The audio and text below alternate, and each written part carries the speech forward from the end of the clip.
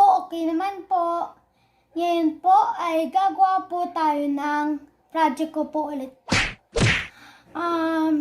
Ang tawag po sa project na to po ay ang nature printing. Wow! Nag-nature printing na po ako dati po. Kaya po gagawa po ulit ako po kasi po project ko po. Yun po. Ano nga ba ang nature printing? Ang nature printing ay recreating images from nature. This is done by applying ink and paint to a natural object like rock, leaves, flowers, vegetables, fruits, and petal. Wow! Mag-start na po tayo nag-nature printing. Ang mga kailangan po natin ay ang leaves, tapos po brush, and paint, and Oslo paper. Yun po. Hindi lang po ito gawin. Ang gagawin lang po natin ay pipinturahan po natin ang leaves. Tapos po, lalagay po natin ang leaves dito sa paper po. Sa Oslo paper po. Tapos po, mag-wait lang po tayo hanggang sa ma-transfer ng leaves yung paint dito sa Oslo paper. Tapos po, lalagyan na natin guys ng designs natin. Yun po.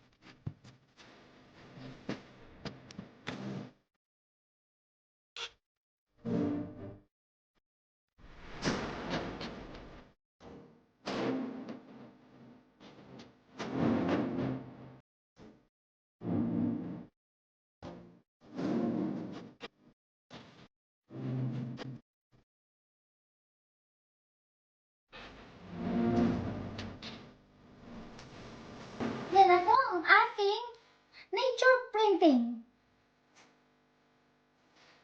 Hanggang sa susunod na art time po natin.